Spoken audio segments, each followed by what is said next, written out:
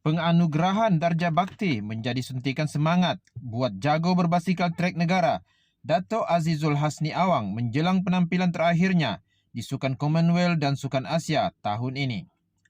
Azizul Hasni, 38 tahun, merupakan penerima tunggal Darjah Bakti pada Istiadat Pengurniaan Darjah, Pingat dan Bintang Persekutuan 2026 sempena Hari Keputeraan Rasmi yang di Pertuan Agong Sultan Ibrahim di Istana Negara hari ini. Sukan Commonwealth berlangsung hujung Julai manakala Sukan Asia hujung September. Ia penganugerahan Darjah Bakti akan menjadi penyuntik semangat untuk saya yang akan menjadikan penampilan akhir di Sukan Commonwealth dan Sukan Asia, katanya kepada Bernama selepas istiadat itu. Pemenang pingat perak Olimpik Tokyo 2020 itu berkata, penerimaan Darjah Bakti antara detik paling bermakna sepanjang kirinya sebagai atlet negara. Dikenali dengan julukan The Pocket Rocketman, Azizul Hasni menyifatkan pengiktirafan itu satu penghormatan besar memandangkan Darjah Bakti antara anugerah tertinggi negara.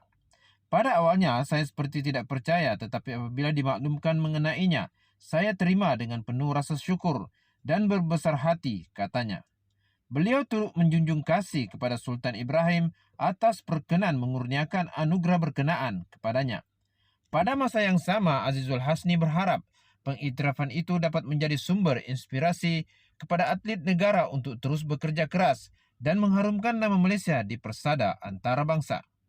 Kalau kita berjuang dengan ikhlas untuk negara, sentiasa mengharumkan nama negara dan menjaga nama baik negara, insya-Allah hasil keringat itu akan dihargai.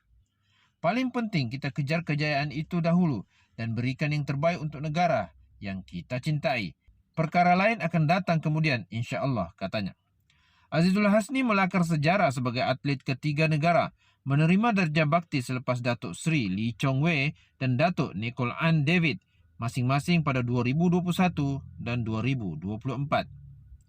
Penganugerahan Darjah Bakti merupakan pengiktirafan tertinggi negara terhadap dedikasi, kecemerlangan serta sumbangan berterusan Azizul Hasni dalam mengangkat martabat sukan berbasikal dan memperkukuhkan reputasi Malaysia di persada dunia.